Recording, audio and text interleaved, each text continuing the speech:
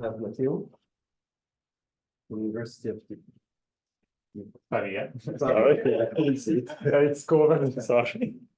And he's going to talk about optimal control for non-local Cahn-Hilliard tumor growth models. Thank you for the introduction, and thank you for giving me the opportunity to speak here today. Okay, so I'm going to talk about some optimal control problems for non-local tumor growth models of Cahn-Hilliard type. And I will start with a brief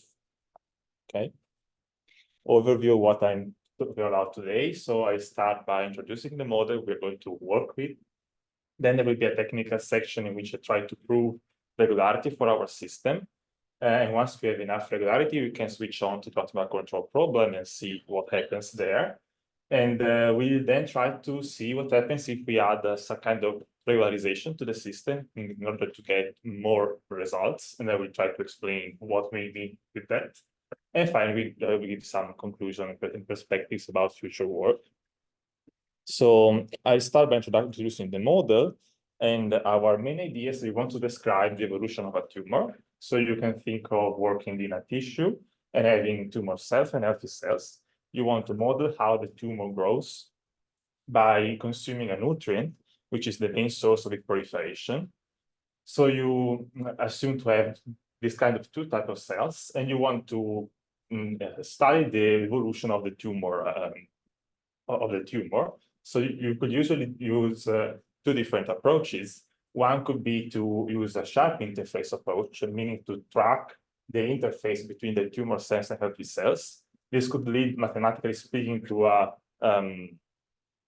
kind of free boundary problem, which is a bit more difficult to treat mathematically and numerically. So here we use a diffuse interface approach, in which we assume to have a small layer between the two phases, in which there can be a mixture of both cell types. This can allow for an easier description of the dynamics, and have also the possibility to describe topological changes in the tumor spheroid, because if you want to use a free boundary approach, it's difficult to track in a situation in which, for example, the boundary becomes disconnected. In this case, with a diffuse interface approach, it would be easier. So speaking more precisely, what we consider is a phase variable, which we call phi. Phi will be equal to 1 in the tumor phase, to -1 in the healthy phase, and then it can be some value in between in this small interface. So it can vary continuously between -1 and 1 in this small interface. And then we describe the evolution of the tumor through an evolution equation for the phase variable, which will be of Cahn-Hilliard type in a fixed domain, and then we track the tumor set as a level set of the variable phi. The other variable which we use in our model is a nutrient variable, which is the main source of the tumor proliferation. You can assume it is some glucose or oxygen, and we call sigma the variable for the nutrient. And another important thing is that we are trying to also consider the chemotaxis effect, which means that the tumor tries naturally to grow faster towards the regions where the nutrient concentration is higher. And this is something we want to model, because in some sense, some kind of tumor which are more aggressive try to reach the high nutrient concentrations regions before, with respect to other regions. So speaking mathematically, we have a PDE system, which is composed of essentially two equations, because the second equation mu is derived from the other two variables. Now we'll try to explain every single term you have in the equation. What I want to notice now is that we have a free energy connected to the system. If you consider a system without sources and reaction terms, you can see that it is an H-1 gradient flow of this energy. And I will now try to explain every single term. So I'll go very slowly.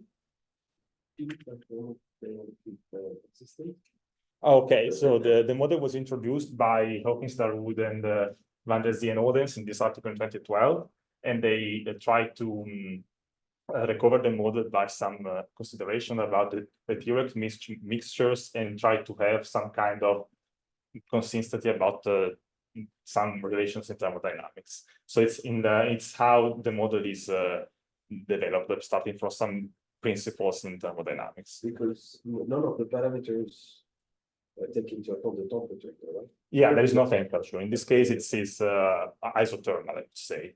But you can say that the sources are made so that I mean, there is some kind of consistency with the second principle of thermodynamics, but I'm not an expert in modeling. So the idea is that they are trying to justify rigorously how the model is derived, and indeed they try to derive the terms in such a way. But maybe now I'll try to speak more precisely about this every single term so it will be more clear. Okay. So the first thing I want to notice is the equation for the variable phi is a Cahn-Hilliard equation. So you see the structure of the Cahn-Hilliard equation, which is the first one. In some Cahn-Hilliard you would have 0 here. Then you have mu, which is the chemical potential of the Cahn-Hilliard equation, which is exactly the variational derivative of this part of the functional. So what you see for the Cahn-Hilliard equation is that it is an H-1 gradient flow of this part of the energy. So what the Cahn-Hilliard system does is you want to minimize this energy. It's made of two parts. The first one is this function f, which is generally a double well potential with equal minima in the two phases, -1 and 1. So the system goes towards the minimum of the potential, so at either the healthy phase or the tumor phase. And then you have this term, which is a penalization with a gradient, which penalizes steep transitions between the two phases. So you want to pass from one phase or the other, but you want to minimize essentially how many times you pass from one to another. Because you can see that this kind of energy, if you do a sharp interface limit, meaning that you consider this coefficient here as A equal to 1 over epsilon and B equal to epsilon here, you can see that as epsilon goes to 0, this energy converges to the integral of the function f plus the perimeter function. So you want to minimize the perimeter of the interface between the two regions. It is what standard Cahn-Hilliard does, which is a phenomenon called coarsening. You will see that evolving in time, the interface grows smaller. You have bigger regions with one region or another one.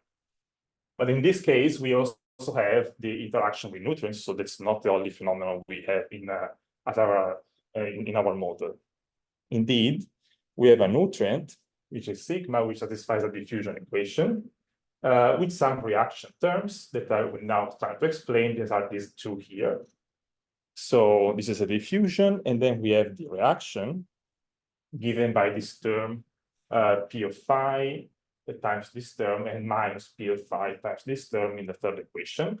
So P is a proliferation function, it is nonlinear and tries to interpolate the value 0 at -1 in the healthy phase and the value 1 in the tumor phase. So the proliferation is faster in the tumor phase, and the leading term in both cases is the first one. You will see that you have, suppose you're in a tumor phase, so P is equal to 1. Here you have sigma, which means that the tumor uses the nutrient to grow.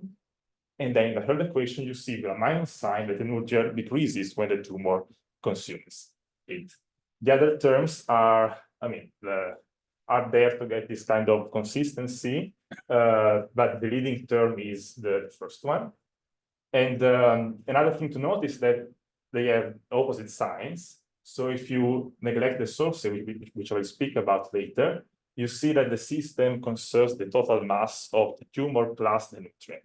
If you test the first equation with 1, the second also with 1, the plus and term disappear, and this term cancels because they have the plus and minus sign. If you neglect this, you have that the time derivative of the mean value of phi and sigma is conserved. So when the nutrient grows, the tumor decreases, and then when the nutrient decreases, the tumor grows. Like the sum exists globally in time. Yeah. Okay, and the other things I wanted to notice is that we have this chemotaxis I was speaking about, which is given by this parameter chi.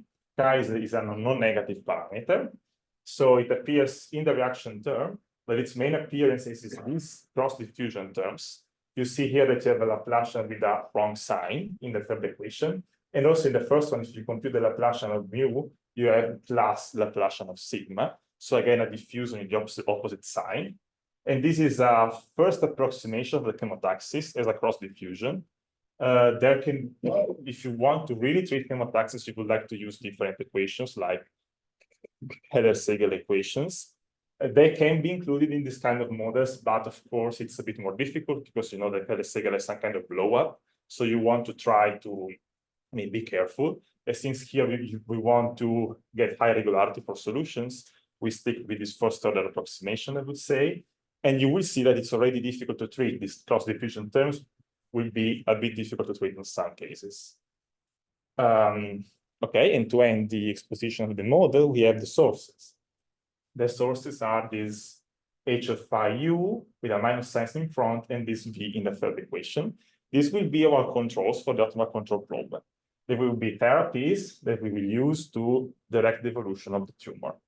U can be represented as a radiotherapy acting directly on the tumor, while V is a chemotherapy acting on the tumor through the nutrient.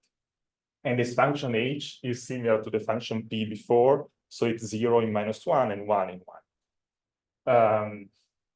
Okay, and indeed I will try to show you some examples of this function P and H or something like that. And instead, the double well potential is something like this. This is a polynomial double well potential, so it's the usual quartic potential with equal minimum -1 and 1. And for the first part of this presentation, you can always think about this kind of potential. It would be a polynomial with this kind of behavior. And this is an example of a numerical test by the article in which the model was proposed. So here you see these effects of chemotaxis I was hinting at before. So you start with the tumor evolution, and you see that in time, the tumor branches and tries to grow immediately where the nutrient is higher, which will be in the regions, in the borders of this square. And this is something that happens also in practice for some more aggressive tumors. So we want a model which is able to describe both some milder tumor, which grows just spherically, essentially, and a more aggressive one, which tries to have this branch growth. Yes? This the boundary is square, right? Yes. So why does it favor one of the the horizontal direction? Why? Because I mean, you have some kind of symmetry in the initial data. Here, if you look at closely, it's an ellipse. It's an ellipse. Yeah, so it kind of maintains the symmetry also in the simulation. But that's just a thing about how to choose the initial data. And you can see there is a very small green line in contour, which would be the diffuse interface. Here is very small because the parameter was taken very small. So, okay, this is the kind of model we deal with. Actually, what I said at the beginning is we want to study a non-local version of the problem, of the model. Indeed, the model we actually study is the non-local version. So you replace the Cahn-Hilliard equation we had before. Here you had a minus Laplacian with a non-local approximation. You take a kernel J, just symmetric convolution kernel. You call A the convolution of J with 1, and the convolution is just the standard definition of the convolution. And you get this kind of term in the equation, which comes from the variational derivative of this part of the energy. So now the local gradient is replaced by a non-local version. So if you think of J of x minus y as 1 over x minus y to some power, this is some kind of non-local approximation of the gradient if x as y goes close enough. And why do you want to do this? Because in some cases, you want to model some situations in which the cells try to have some interaction also with not just their closest neighbors, but just some cells which are farther away from each other. So using a non-local kernel gives some way to have this kind of non-local interaction effects or some kind of aggregation between cells. And okay, we also have to change the boundary conditions because now we don't have Laplacian phi, so the condition for sigma is this one because we have chemotaxis here, and you want to integrate by parts. Okay, so this is the model we're going to work about. Mathematically speaking, we pass from a fourth order equation, which was the Cahn-Hilliard one, to the non-local Cahn-Hilliard, which is now a second order equation because you only have a Laplacian of mu and mu is complete by this expression. So essentially, it is a quasi-linear parabolic equation. And this will be useful in some analysis that we will do in a bit. Okay. And finally, our optimal control problem is that we want to find an optimal therapy in order to drive the tumor evolution to a final configuration For example, it could be one which is useful for surgery. So you fix this 5 mega, which is your final configuration, final target, and then you consider a functional which you want to minimize by choosing the controls UMB in an optimal way. So the function has a term which measures the distance of the phi at the final time and your target. You can also put other targets like an evolution for phi, a final target for the nutrient, and an evolution for the nutrient. This coefficient here can be chosen positive or also 0 if you want, but maybe not all of them. And you also put some kind of constraint on how much therapy you use, because you want to, find the best way to heal the patient, but without using too much therapy. Also because you don't want to harm it too much, and you also have some kind of costs, economical costs, I would say, from using your therapy. So you want to use the minimal dosage possible. And you have some constraints on how much therapy you can use. So you have that UMB and an infinity with a minimum and maximum dosage for each of them. This is a standard hypothesis for control problems. So our objective is study this problem and see that we have a solution, at least one, and then try to characterize it by finding the first order conditions. To do that, you would like to differentiate this functional and say that its derivative is equal to 0 in some sense in the minimum. But if you want to differentiate the functional, you have to be aware that the dependence here on phi and sigma depends on the solution of the system. Because for any UMD, you then solve the system and you plug in phi and sigma given by the solution of the system. So if you want to differentiate this kind of functional, you want to have high regularity on the solution of the system. And indeed, that is what I will try to show now by talking about this maximal regularity for the solutions. Okay, so our aim is to get some strong continuous dependence estimates from the controls. And to get that, we need high regularity. And so, and once we have that, we can prove differentiability, which is then linked to having some kind of first order condition for that control problem. What is the problem? Is that we start tackling this problem with relatively standard techniques. We were able to get some results only in 2 dimensions and without chemotaxis. And you can agree that this is not the best thing we can have. So we tried to look for other strategies. And the main idea was to use this maximal regularity theory in these kind of strange weighted spaces, which I will try to explain later, which was something that was done recently for a non-local Cahn-Hilliard equation in a different setting, which is with singular potential and the general mobility by Frigeri Gall and Maurizio Grasselli, who's here. And the second thing we did is to add a viscous regularization in the system. This I will try to speak about this at the end of the talk, and see that with the viscous regularization, we were also able to extend our results in the case of singular potential, but we had to assume a bit more on the control. And I will speak about this later, but now we'll try to explain what I mean by maximal regularity theory in this setting. So now things become a bit more technical, but I will try to just pinpoint the most important things. So you take some p and some rho between 1 over p and 1, and you define this kind of spaces, LP rho 0t with a value in the Banach space X, given by the LP norm, which is essentially weighted by this factor here, which depends on time. So it's t to the power p times 1 minus rho. If you look closely, this gives a regularization only at time t equal to 0. So in this space, you have LP functions, but they can also be a bit less integrable in the origin because you have this regularization in front. If you go far away from the origin, it's the same thing. You still have the LP space standard thing. Then you define this W1P rho, which is essentially the same thing. You take F in LP rho and its derivative is in LP rho. And we want now to look to maximal regularity. So we define the maximal regularity space, just this space, which we call E2 rho, which is W1P rho with values in LP and LP with values in W2P. So to be clear here, if you think about the heat equation, which is dTu minus Laplacian u equal to F, if your F is a function in LP, the best thing you can hope for is that your time derivative is in LP, and also the Laplacian is in LP. So the maximal regularity you can expect is that you are in W1P LP, and LP W2P.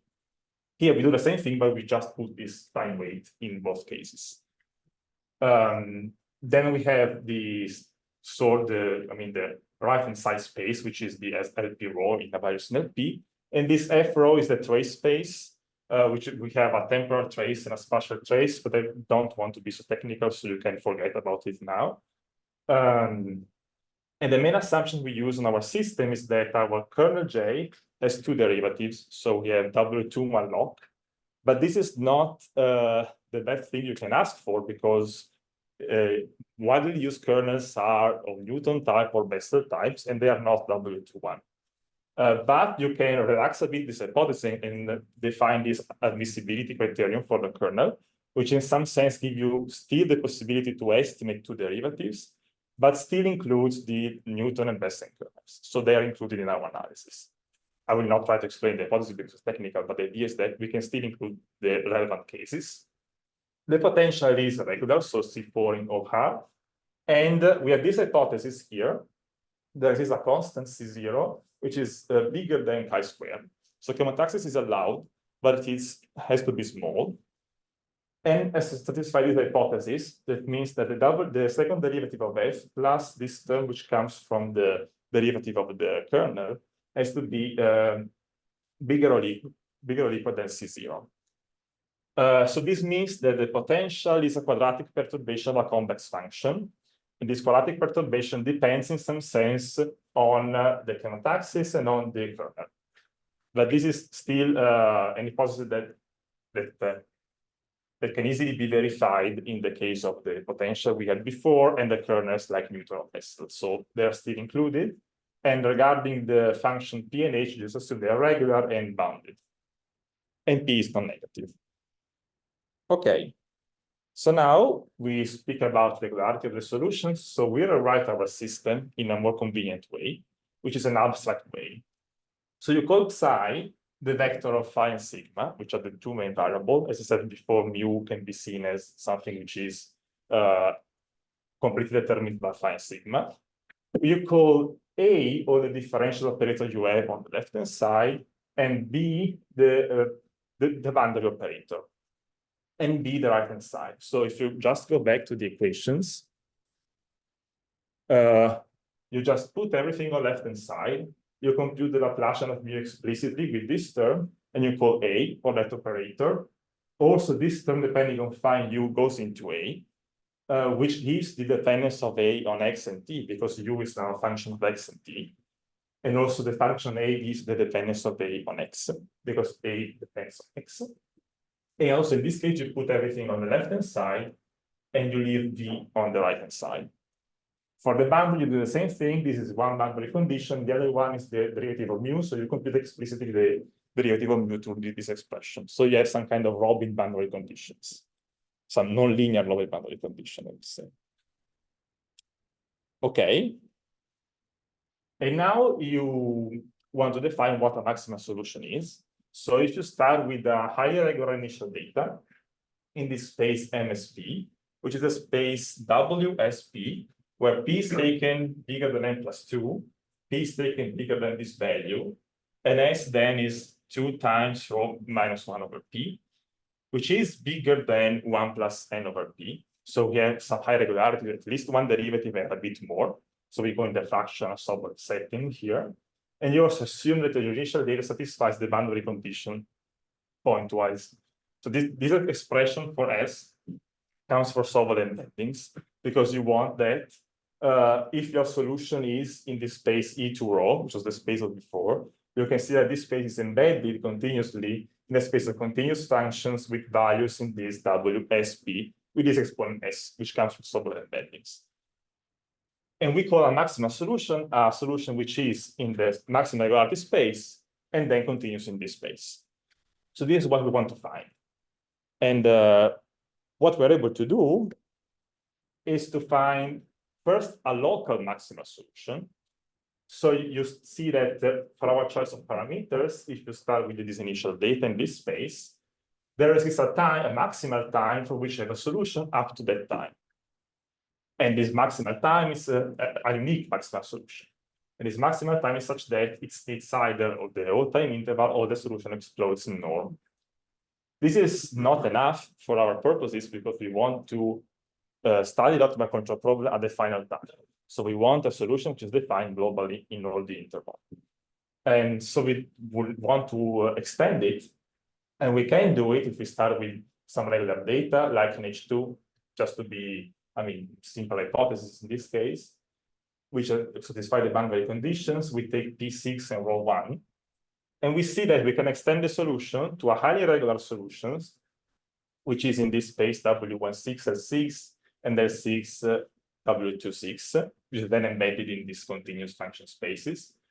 But we can do that only if we put chemotaxis equal to 0. And I will try to explain now why we need to put chemotaxis equal to 0 in this case. I will try to start. Yes? Yeah, it's in the non-weighted spaces.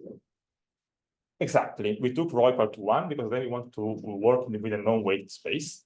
And this seems strange at this point, but I will try to explain why we need the weighted spaces, even if at the end we just use rho equal to 1. And I will try to explain it right now. Next slide, probably. So the first step is to prove local maximal regularity. So what you do is to consider your operators A and B and see that they are C1, meaning that they are Frechet differentiable with continuity, from the space E2 rho to the space E0 rho and F rho, respectively. So this is some kind of long computations. It's very tedious. You can do it. You have a lot of high regularity, so I think it's fine. Just have to do pages longer to overestimates, but okay, it can be done. Then the important step is that once you have the TRC1, you can consider the linearized system, which then where you have the appearance of these derivatives of A and B. Now this is a linear system. And you prove that this linear system admits a maximal regularity solution.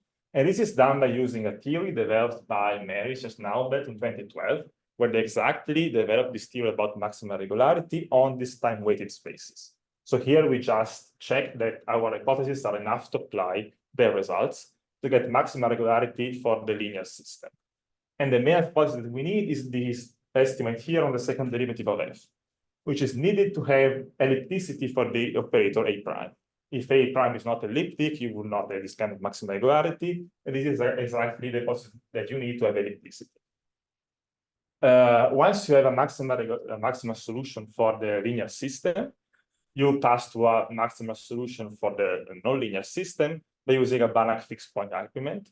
So you get then a maximal solution only for small times, because you use the time as a parameter in the Banach argument, so you can get it if the time is small enough. Then the next step is to try to extend the solution.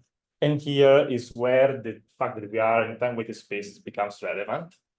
So the important thing is to prove this kind of smoothing effect for the solutions.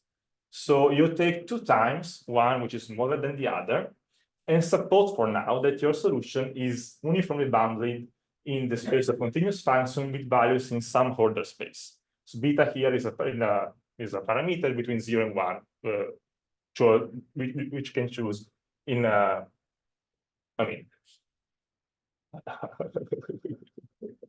however you want. Okay, so the main thing is to prove this kind of estimate. So you have that phi at the time t2, which is the bigger one, in this space W2 minus 2 over P is less or equal than a constant, depending on this fact that phi is uniformly bounded, times 1 plus the norm of phi in the previous time in the space C beta, so in a holder space. How do we do this? So you start with this kind of term, and you see that this, as I said before, for the embedding we had of the E2 raw space, it is embedded in the space of continuous functions with values in this W2 minus 2 over P if rho equals to 1. So here we have rho equal to 1. So we see that this norm is less or equal to the norm of psi in the space E2, 1. But then you notice that the spaces LP rho satisfies this kind of embedding. So if rho is less than 1, you have an embedding of the LP rho space in L1. So you can get from the E21 norm to the E2 row norm for any row. And then you kind of estimate the E2 row norm for any row, and you get something like this, with here the WSP with the same S as before, which depended on row, which was 2 times rho minus 1 over P. And now you can choose rho as you want in order to, if you choose it small enough, you can see that the solvable space WSP can be embedded in a Holder space. So in the end, you get this Holder norm at the time T1. And this is where we use this part that we are with time-weighted spaces, because if we didn't have this weighted spaces, we could not use this kind of embedding with order. So the point is, we now have this estimate, which holds if your function is uniformly bounded in a Holder space. So if you can prove that you have a global Holder estimate, you are fine, you can extend the solution. But how do you do it? You start from weak solutions. They were already proved in a work. Just one question. So Yes. it will blow up when T2 will go to T1 or not? Because it's smoothing effect. No, the CVT depends on this kind of uniform bound from which you assume. Break to T to T1, we should have the same regularity. So we have some growth. It should be. The left-hand side is much more regular, no, than the right-hand side. Yes. So this means that when you shrink T2, T1, so we should get the same regularity as psi at T1. So this means that CBIT will blow up when T2 will go to T1. This is like a smoothing effect. No? Yeah, it could be, but okay, you could have something like that. I'm not so sure, but the point is that we use it for the whole time interval. So we do not do the limit in the. I mean, the application of this is that you take just T2 the maximal time you had before and T1 a time before. And you see that the uniform time when we move from T1 to T1 plus delta should be uniform. Yeah, because in the end you can prove that you have a global order estimate. So here you assume just this, but then you can prove that you have a order estimate in the whole time interval. So once you have the estimate in the whole time interval, it should not be a problem, even if you have these estimates localized in this case. And they have a general question. So we should look for this, because we have the linear operator, maybe just to compare to what we know. We have the linear operator, we can put everything as a source term, and we can contract by the extreme flow in general. So here it works in general, or because I don't understand this abstract. I mean, the abstract way is just to apply some more general results. This is more general in some sense. If you take an abstract system with the same properties, everything I showed here should work. If you can prove this kind of step, which you have a global order estimate. So up to this, everything can be done for the, not exactly, this to prove this estimate, we just use the structure of our system. But if you imagine that you have this, the two, your vector, and you have the linear operator, and you balance everything as a non-linear part, and you contract by the extreme flow, to get much more information about your propagator in some sense. By the ML formula, and you have to, it works with the, because there we see the explicit form of the system. I do not know if it works in general. I see it works in our case. Just to understand the scaling of this, because you have some regularity inside, I don't know how to connect the linear operators here. This is the parabolic scaling. Okay.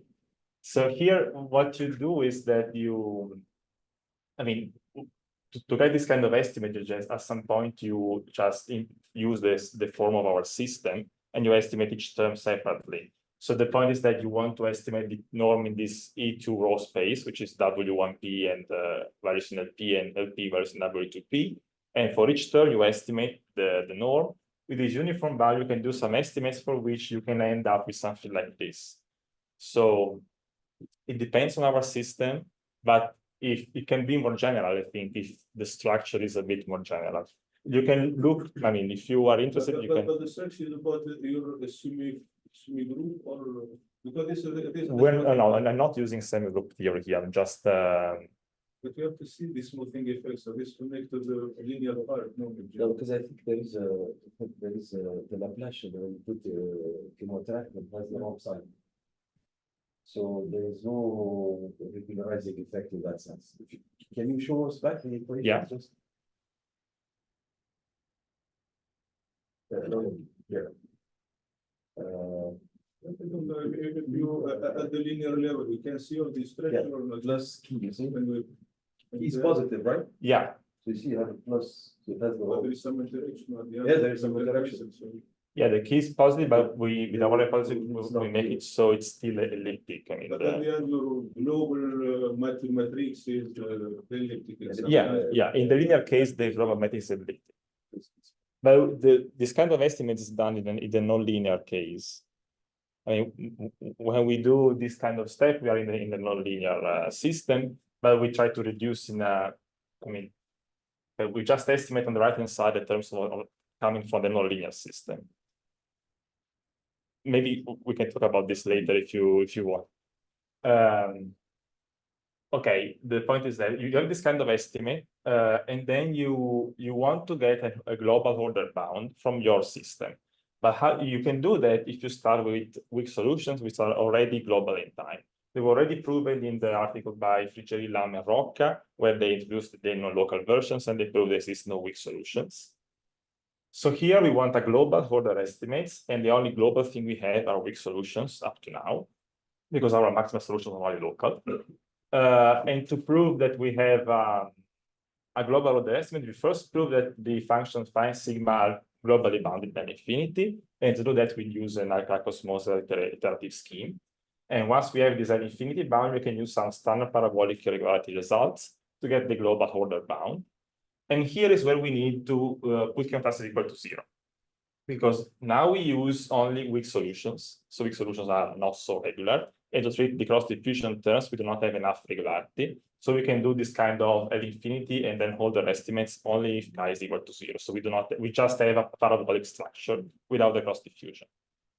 But then once we have a global order estimate, we can then use this smoothing effect to see that if you have a global order estimate for some beta, this means that you can extend your solution to the whole interval, because you cannot see that how in this point, if you have a global order estimate, this cannot be cannot go to plus infinity. So you can extend the solution for all times.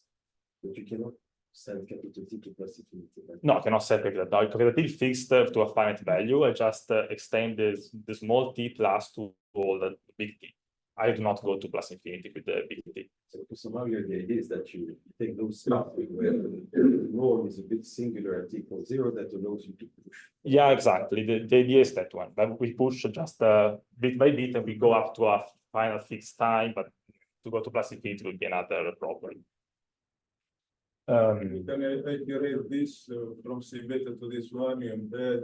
Yeah, you can take big T as anything you want, so you can go to plus infinity in this sense, but this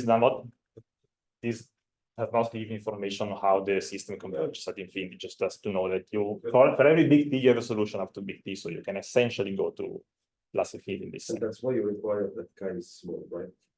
Chi small is to have the ellipticity for the system. Exactly. Okay. And then 0, because here we cannot do anything if there is this cost efficient terms. Okay, so once we have this kind of regularity, I now switch to optimal control problem. Why we stop at H2 and P6? Okay, this is just for, I would say, convenience, because it's what it's done in general.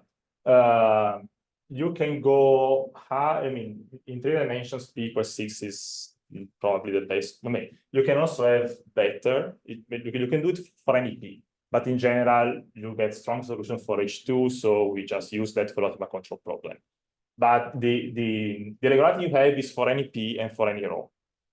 Check for any P and rho equal to 1, because then you do this kind of thing.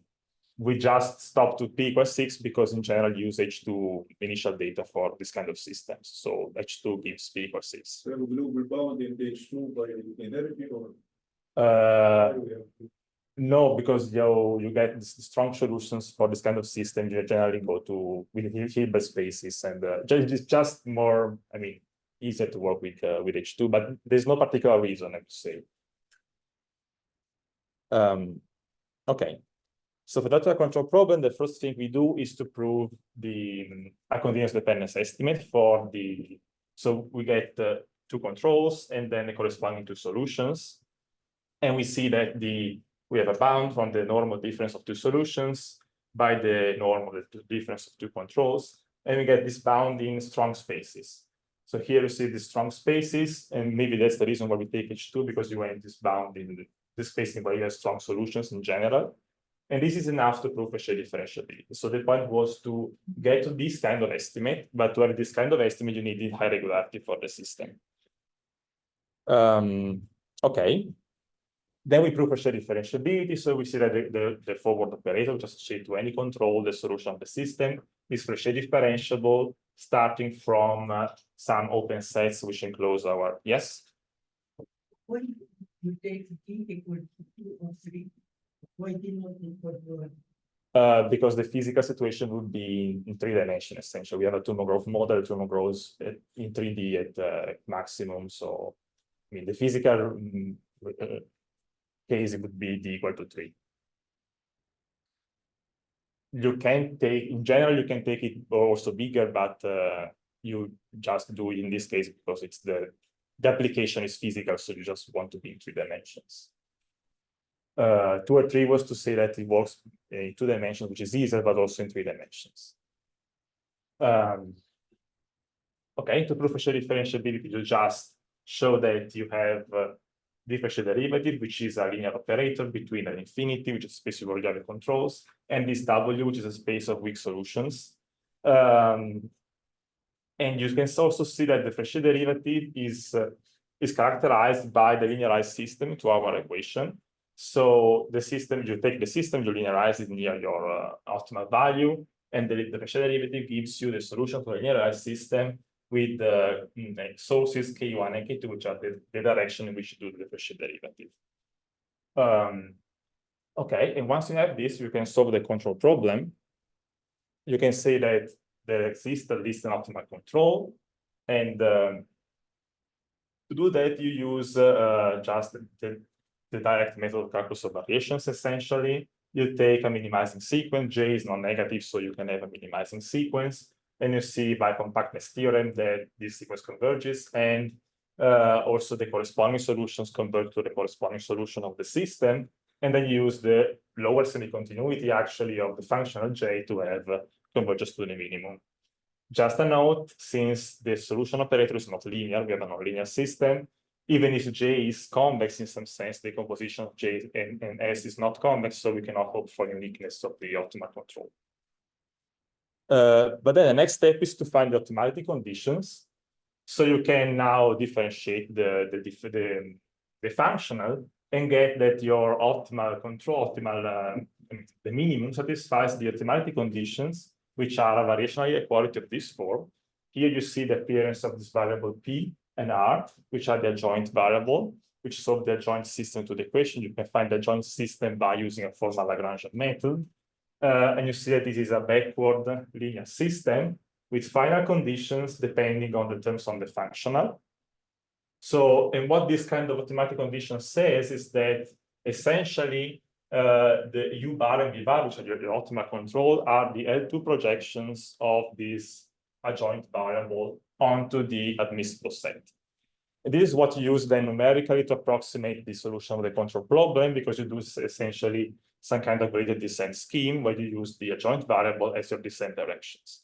So to prove analytically that you have this kind of optimality conditions, then allows you to apply rigorously your algorithm for approximating the optimal control. And this is our main result. Now, in the time I have left, okay, this is just some 2 lines about the proof of the optimality conditions. You just differentiate the functional, and you get this term which depend on the terms on the functional, which then you can link to the joint equation, because these appear as a right-hand side of the joint equation. You put the joint variables inside, you integrate by part, and you find by simplifications that you arrive to the right conditions. Okay, so in the last time I have, I would like to discuss the other possible approach, which would be to add the viscosity in the Cahn-Hilliard equation.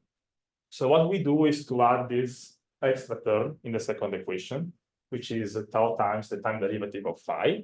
Tau is a positive parameter. So this is called viscosity in a Cahn-Hilliard setting, but it's essentially a technical regularization tool. It can have some physical meaning, But if you really want to model viscosity of the fluid inside the tumor, you would like to use proper fluid equations like the C or Brinkman flow. That, of course, brings more difficulty in treating the system, which is why we don't do that here. So we just use this technical tool with the main goal to also keep chi positive in our whole analysis and get more general double-well potentials. What I mean with more general double-well potential is a logarithmic potential, which is widely used also in Cahn-Hilliard setting. You have something like that. It's still a double well, but it's singular near the points -1 and 1, which means that its derivative blows up in -1 and 1. So its minima are not exactly -1 and 1, are something inside, but they can be as close as you want to -1 and 1. And the fact that its derivative blows up means that it effectively restricts the solution inside the interval -1 and 1, which is what you want physically, because your phi is a difference in volume fractions. It should be inside -1 and 1. This is not given by the regular potential, but this kind of potential restricts phi inside. So it's better to consider this in some cases. But the point is that it's more difficult to treat mathematically because it has this kind of blow up of the derivatives, and you have the derivative of f in the system. So if you want to get higher regularity, you want to differentiate even more the potential, and you have to be sure that you are not in the case in which this f blows up. So what you want to prove is that if you start with the initial data, which is strictly inside, you remain strictly inside for every time. This is called separation property in this setting. And the fact that in this case we have viscosity makes it more easier to prove this kind of property, mathematically speaking. Indeed, in this case, under similar hypothesis, we can prove that we have a higher regular solution, actually more regular than before, because we have more time regularity due to the fact that we have viscosity for phi. And we can prove that we have this kind of separation property. So if we start with initial data in H2, which is bounded near infinity, strictly between -1 and 1, the solution stays in between for any time. So we can then differentiate the potential and get the regularity we want. So once we have this, we consider that the same problem as before, optimal control with the same functional. The point is that now we need an extra constraint on the U, which has to be also bounded in H2L1, in H2L2, H1L2, sorry. That's because to get this kind of regularity, this one for phi, what you want to do is to differentiate in time the first equation. So you do that, but if you differentiate in time the first equation, you have to ask that U is bounded in H1L2. This can be fine mathematically speaking, but it's not the best you can do for physical reasons, because also for, I mean, if you want to use some numerical approximations, because to ask for some constraint on U, it's not clear what it means, but also it's more difficult to find the L2 projections in this time space, because just the L2 projection in infinity is easy to compute, but if you want to compute the L2 projection in H1, L2 would be a bit more difficult. So it's not the best thing to ask for an optimal control problem, but it cannot be done differently in this case. However, we can still keep our singular potential and our chemotaxis. So we still get the same optimality conditions. In this case, the adjoint equation, the adjoint system also have the term appearing with the viscous term tau and the chemotaxis term which appear in the system. Okay, so now I think I can just give some kind of conclusions.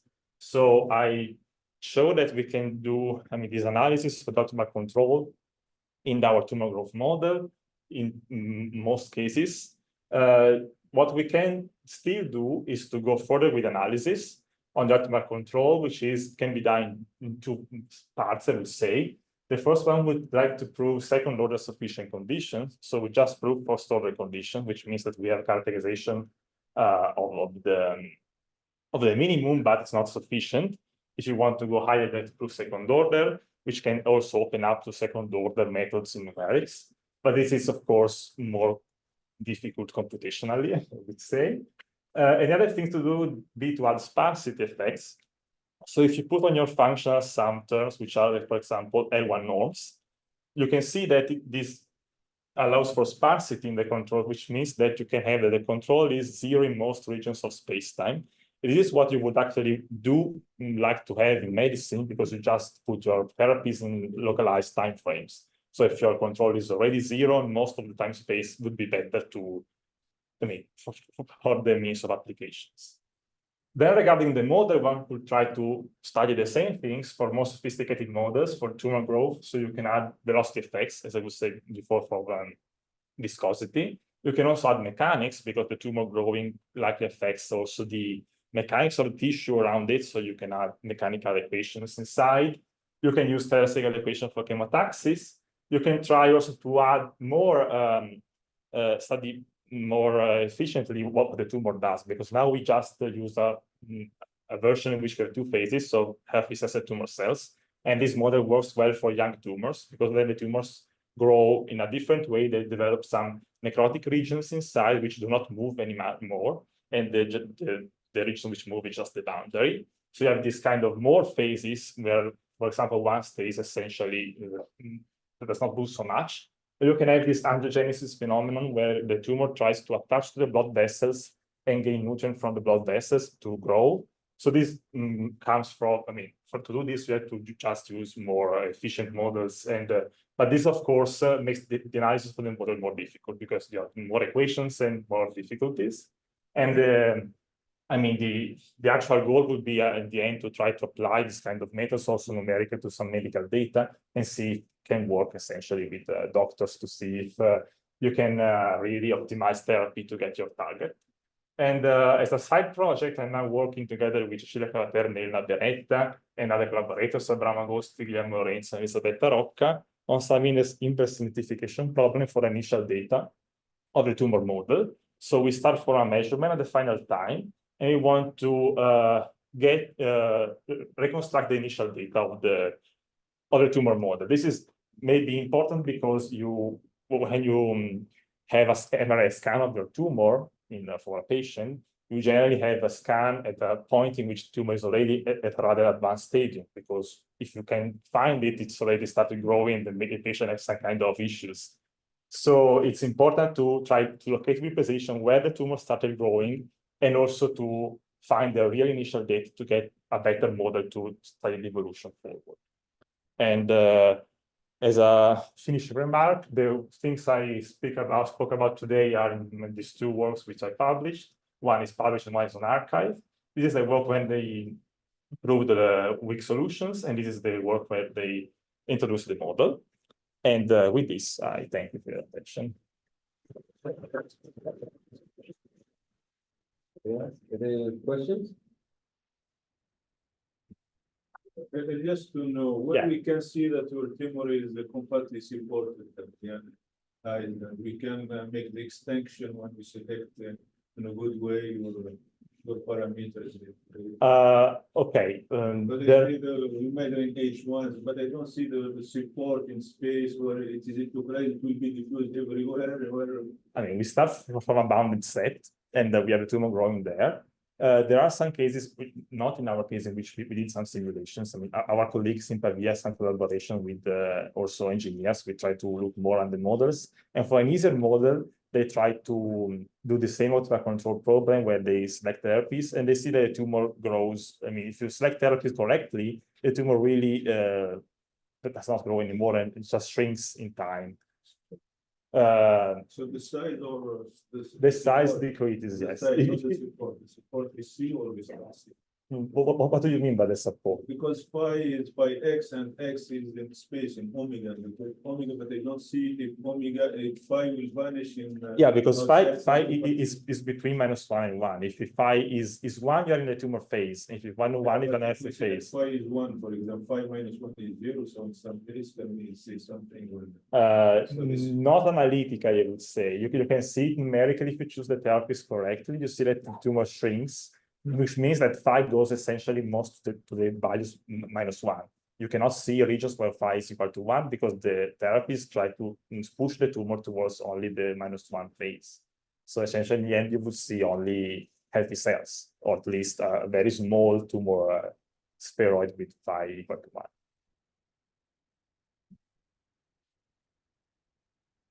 So, other questions? So here you use the external force of U and V Mhm. for the optimal control problem. Also, in a sense, you're using it also to not, that's what you're doing, to not allow the tumor to concentrate, right? Not have like a direct mass. No? I don't know. I wouldn't say. I mean, our main goal would be to shrink the tumor, or at least not exactly. Depends on what your final target is. If your final target is, 0, your control would be to shrink the tumor, and that it is admissible in our hypothesis. But another thing would be to fix a final target, which is a configuration which is easier for doctor to treat, and then you want to push the tumor toward that configuration. So the controls can work in both ways. And another question, maybe slightly technical. Yeah. For the functional. Mhm. So you have a term that is non-linear and non-local. Yes. How do you get compactness to best of the limit that you? The compactness you have because the solution is very regular essentially. When you have, here you will be an infinities, and then the solution are super regular, so you can have compactness in whatever space you want. Any other question? Okay. Thanks.